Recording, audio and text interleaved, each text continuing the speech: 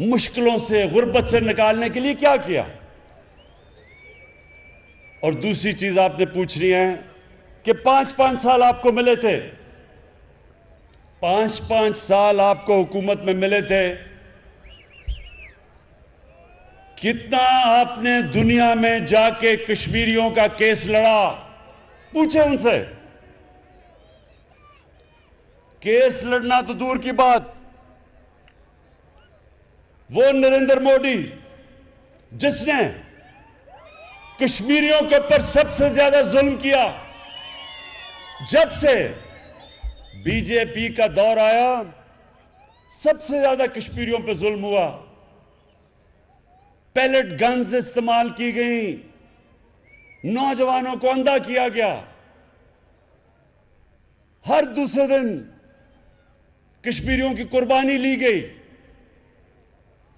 ہندوستان میں جب مسلمان گائے کا گوشت کھانے پہ ان کو قتل کیا گیا سڑکوں پہ، باقی بھی اقلیتیں کرسچن سکھ ان کو بھی برابر کا شہری نہیں سمجھا گیا، کیونکہ آر ایس ایس کی ایک آئیڈیالوجی ہے۔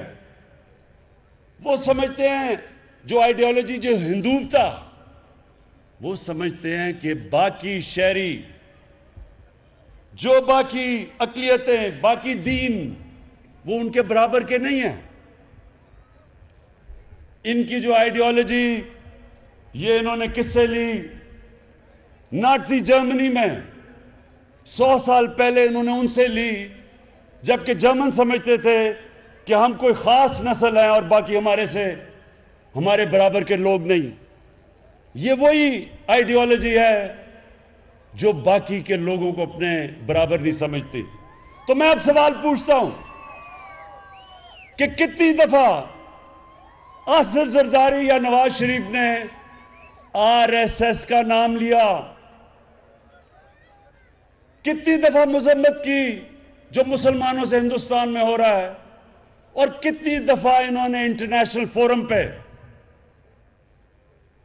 یہ آر ایس ایس کے نظریے جو کشمیریوں کو کچل رہا تھا، کتنی دفعہ انہوں نے اس کے خلاف اپنی آواز اٹھائی؟ کیوں نہیں اٹھائی؟ آواز اٹھانے تو دور کی بات ہے، اس کی منتیں کر کے نریندر مودی کو شادی پہ بلایا گیا اپنی، اور پھر منتیں کر کے اس کا جب نریندر مودی پرائم منسٹر بنا تھا وہاں گیا، حریت کے لیڈرز کو نہیں ملا، کشمیر کی بات نہیں کی۔ فورن سیکرٹری تھی پاکستان کی، ان کا ٹی وی انٹرویو ہے، فورن سیکرٹری پاکستان کی کہتی ہیں کہ ہمیں حکم تھا کہ ہندوستان کی آپ نے تنقید نہیں کرنی۔ تو یہ کیوں تھا؟ کیوں نہ زرداری بولتا تھا، نہ نواز شریف بولتا تھا؟ تو اب یہ ذرا غور سے آپ نے میری بات سننی ہے کہ یہ کیوں تھا۔ میں نے نوجوانوں، آپ کے پاس موبائل فون ہے، ایک گوگل کر سکتے ہیں جو میں اب آپ کو بات بتانے لگا ہوں۔ میڈیا کے لوگ بھی ہیں، صحافی بھی ہیں، ذرا سب کو میں یہ سنانا چاہتا ہوں۔ ایک کتاب ہے، اس کا نام ہے دا وے آف دا ورلڈ۔ کس نے لکھی؟ اس کا نام ہے رون سوسکنڈ۔ دا وے آف دا ورلڈ، رون سوسکنڈ۔ اس کتاب پہ 292 صفحے کے اوپر چوتھے پیراگراف پہ ایک چیز لکھی ہے، وہ میں چاہتا ہوں غور سے سنیں، آپ کو پتہ چلے گا کہ یہ کیوں نہیں بولتے اور نہ بولیں گے ہندوستان کے خلاف، نریندر مودی کے خلاف۔ اس میں وہ لکھتا ہے، یہ ذرا غور سے سنیں آپ بات، کہ بے نظیر بھٹو، یہ 2007 کی بات ہے، وہ اپنے بیٹے کو ٹیلی فون پہ بتا رہی ہیں کہ کتنے پیسہ ان کے کتنے بینکوں میں، جو باہر بینک ہیں ان میں پیسہ پڑا ہوا ہے، ان کو نوٹ کروا رہی ہیں اپنے بیٹے کو، بلاول کو، کہ ان بینکوں میں ہمارے باہر پیسے پڑے ہوئے ہیں، اور یہ کون ریکارڈ کر رہا ہے؟ یہ باہر کی ایجنسیز کر رہی ہیں، اور پھر وہی ایجنسیز اس کو سامنے رکھتے ہوئے اسی کتاب میں آگے ہے کہ وہ بے نظیر بھٹو اور جنرل مشرف کا سمجھوتا کرواتے ہیں، جو جنرل مشرف نے این آر او دیا۔ اس سے آپ کو کیا چیز پتا چلتی ہے کہ اگر کسی بھی پولیٹیشین کا پیسہ، چوری کا پیسہ ملک سے باہر پڑا ہو تو یہ سارے جو باہر کے مغرب کے ملک ہیں ان کو پتا ہوتا ہے، اور وہ اس علم سے کہ ان کو پتا ہے پیسہ کدھر ہے، وہ کنٹرول کرتے ہیں آپ کو۔ اور اسی کتاب میں بعد میں لکھتے ہیں کہ کیونکہ ان کو پتا تھا کہ ان کا پیسہ باہر کدھر کدھر پڑا ہوا ہے، اس کی وجہ سے انہوں نے پریشر کیا جنرل مشرف سے سمجھوتا کرنے کا، کیونکہ وہ دن تھے جب ایک وکلا کی موومنٹ چلی ہوئی تھی، الیکشن کا بوائیکاٹ کرنے جا رہے تھے 2008 میں، اے پی ڈی ایم کی جماعتیں ایک طرف تھیں، تو تب انہوں نے پیپلز پارٹی کو جنرل مشرف کے ساتھ سمجھوتا کروایا، اور ہم سارے تھے اے پی ڈی ایم میں، ہم کہہ رہے تھے چیف جسٹس کو نکالا، اس کو بحال کرو، ہم الیکشن نہیں لڑیں گے۔ ہمارے ساتھ نواز شریف بھی تھا، 3 دفعہ اس نے بیٹھ کے ہمارے ساتھ الیکشن کا بوائیکاٹ کیا، یہ سب ریکارڈ پہ ہے۔ اور اس کے بعد باہر سے اس کو حکم آیا، جدھر اس کے پیسے باہر پڑے تھے انہوں نے اس کو حکم کیا کہ الیکشن لڑو، اور اس نے ہم سب کو نہر کے پل پہ کھڑا کر کے خود جا کے الیکشن لڑ لیا۔ تو اس سے کوٹلی کے باشعور لوگوں سمجھنے کی بات ہے، آپ کے کتنے لوگ باہر مینچسٹر، انگلینڈ، میں کشمیری وہاں سے ملتا ہوں جو کوٹلی سے آئے ہوئے ہیں، وہ سب سمجھتے ہیں ان چیزوں کو کہ اگر آپ کی چوری کی ہوئی جائیداد باہر کے ملکوں میں پڑی ہے، ان کو سب پتا ہوتا ہے اور وہ اس کے ذریعے کنٹرول کرتے ہیں۔ تو نواز شریف نے بھی الیکشن لڑا باہر کے حکم پہ، ادھر بھی پیپلز پارٹی نے بھی الیکشن لڑا، کیونکہ ان کو پتا تھا ان کی جائیداد کدھر ہے۔ اب نریندر مودی سے اس کو کیوں ساتھ ملانا چاہتا تھا نواز شریف؟ کیونکہ یہ بھی کشمیر کے لوگوں سن لو، کوٹلی کے لوگوں، جو ہندوستان کی لابی ہے باہر اور خاص طور پہ امریکہ میں، وہ اسرائیل کے ساتھ مل کے کام کرتی ہے، سب سے تکڑی لابی ہیں۔ اس کی دوستی اس لیے کر رہا تھا نریندر مودی سے کہ وہ اس کی مدد کرے، اگر ان کے جو پیسے باہر پڑے ہیں وہ بچ جائیں۔ تو یہ جو نریندر مودی ملک کو برا بھلا کہتا تھا، پاکستان کی آرمی چیف جو اس وقت رحیل شریف تھے نواز شریف کے زمانے میں، اس کو دہشت گرد کہتا تھا، پاکستان کو ٹیررسٹ اسٹیٹ کہتا تھا، ہر جگہ پاکستان کو آئسولیٹ کرتا تھا، لیکن ملک کا وزیر اعظم اس کو شادیوں پہ بلاتا تھا، اس سے دوستی کرتا تھا۔ سو اس لیے سن لیں کہ یہ جو ہمارے ملک پہ پچھلے دور ظلم ہوئے ہیں، ان دونوں کے 10 سالوں میں ملک میں ہمارا جس کو ہم اپنا ایلائی کہتے تھے، ہمارا دوست، وہ یہ بمباری کرتا تھا، ڈرون اٹیکس کرتا تھا۔ پاکستان میں ڈرون اٹیکس ہوتے تھے، دونوں حکومتیں آصف زرداری اور نواز شریف دونوں مذمت کرتے تھے، اور اندر سے دونوں نے اجازت دی ہوئی تھی۔ میرے ہوتے ہوئے کیوں نہیں کوئی ڈرون اٹیک ہوتا؟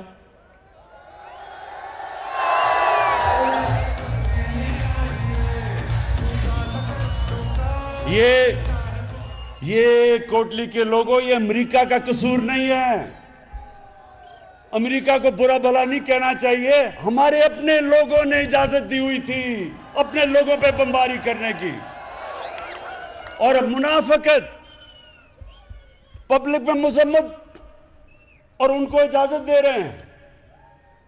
ایک اور کتاب ہے, یہ بھی نوجوانوں یہ بھی نوٹ کر لو, ایک کتاب ہے اوباماز وار, بڑے صحافی نے لکھی ہوئی ہے, اس کا نام ہے باب ووڈورڈ.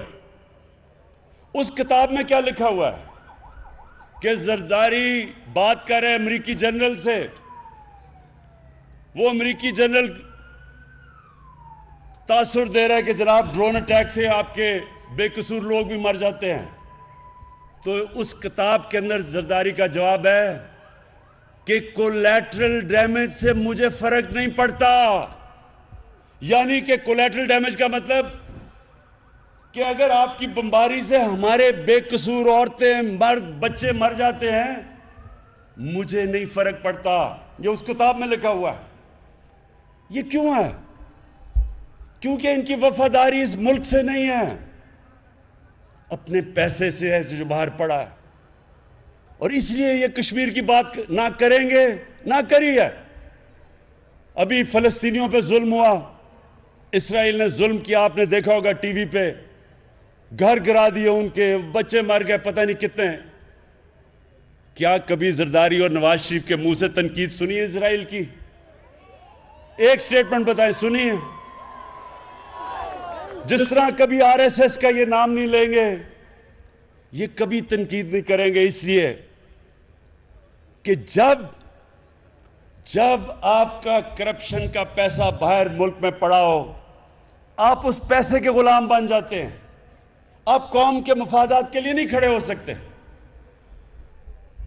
اور کوٹلی کے لوگوں, دوسری چیز آپ نے یہ پوچھنا ہے کہ آپ کے ہوتے ہوئے غربت کم ہوئی کشمیر میں, آزاد کشمیر میں ہوئی کم؟ کیا آپ نے لوگوں کے غریب طبقوں کے لیے کچھ کیا؟ میں آج آپ کو کہہ رہا ہوں کہ ہمارے 2 پروگرام آ رہے ہیں, ایک ہے کامیاب پاکستان اور دوسرا ہے احساس. پاکستان کی تاریخ میں سب سے زیادہ پیسہ خرچ کیا جائے گا صرف اپنے غریب نچلے کمزور طبقوں کو اوپر اٹھانے کے لیے. کامیاب پاکستان میں ایک خاندان جو 40% نیچے خاندان ہے, اس کو سود کے بغیر قرضہ, ایک فرد کو, تاکہ وہ اپنی دکان کر سکے, اپنی ذمہ داری کر سکے, اس کو سود کے بغیر قرضہ. دوسرا, اس خاندان کو ہمارا نیا پاکستان ہاؤسنگ ہے, اس میں ہم مائکرو فائنانس کے ذریعے بالکل سستے قرضے دیں گے تاکہ وہ اپنا گھر بنا سکیں. یہ پہلی دفعہ پاکستان میں ہوگا. تیسری چیز کہ وہ ایک گھر کے اندر ایک فرد کو ٹیکنیکل ایجوکیشن دیں گے تاکہ وہ اپنی کوئی نوکری اور ہنر سیکھ سکے. آج کل کمپیوٹر ایج ہے, بڑے آسانی سے انفارمیشن ٹیکنالوجی کے اندر اگر ٹریننگ مل جائے تو وہ بڑے آسانی سے پیسے کما سکتے ہیں. اور پھر ہیلتھ کارڈ, ہر نچلے خاندان کو ہیلتھ کارڈ ملے گا, 10 لاکھ روپیہ کسی بھی ہسپتال میں جا کے اگر کوئی بیمار ہو علاج کروا سکتا ہے. اور پھر احساس پروگرام دسمبر میں شروع ہو رہا ہے. نچلے 40% خاندانوں کے لیے جو مہنگائی آئی ہے دنیا میں, اس وقت 40% کھانے پینے کی چیزیں مہنگی ہوئی ہیں جب سے یہ کرونا ہوا ہے. تو اس کے لیے ہم 40% نیچے خاندانوں کی کھانے پینے کی چیزیں, گھی, دال, چینی, آٹا, اس کے لیے ڈائریکٹ سبسڈی دیں گے ان کو تاکہ ان کو سب سے سستی کھانے پینے کی چیزیں ملیں.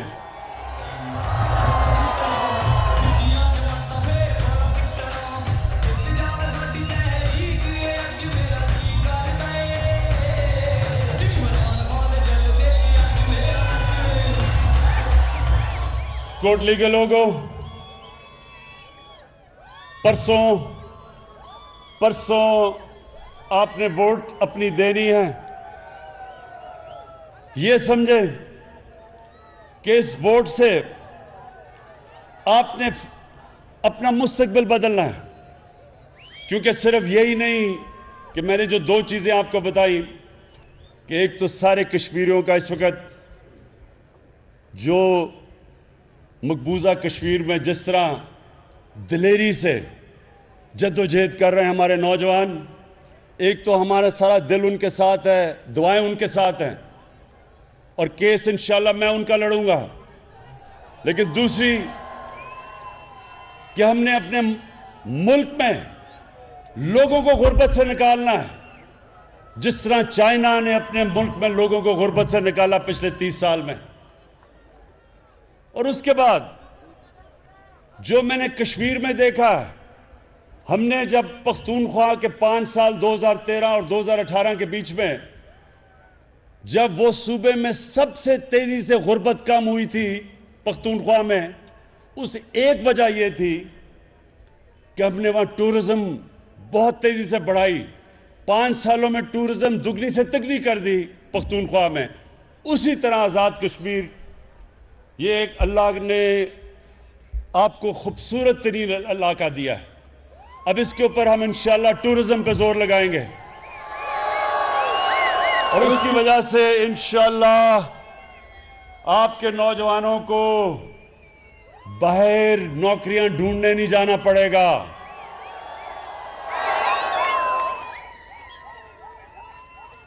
اور یہ پھر ابھی میں دیکھ رہا ہوں کہ نون لیگ، جس طرح بھی علی امین نے کہا کہ ابھی سے شروع ہو گئے ہیں کہنا کہ جی الیکشن میں دھاندلی ہوگی، یہ ویسے کمال دھاندلی ہوگی۔ امپائر آپ کے، گورنمنٹ آپ کی، الیکشن کمیشن آپ کی، عملہ نیچے سارا آپ کا، کیئر ٹیکر گورنمنٹ بھی نہیں، اپنی گورنمنٹ بیٹھی ہوئی ہے نون لیگ کی، اور دھاندلی تحریک انصاف کرے گی۔ یہ بھی ایک عجیب معجزہ ہوگا کہ سب کچھ ان کا اور دھاندلی ہم کریں گے۔ انشاءاللہ 25 تاریخ کو ایک بہت بڑی تبدیلی آئے گی آزاد کشمیر میں، اور اس تبدیلی کے بعد پھر میں کوٹلی میں آ کے آپ سے ملاقات کروں گا۔ پاکستان زندہ باد، کشمیر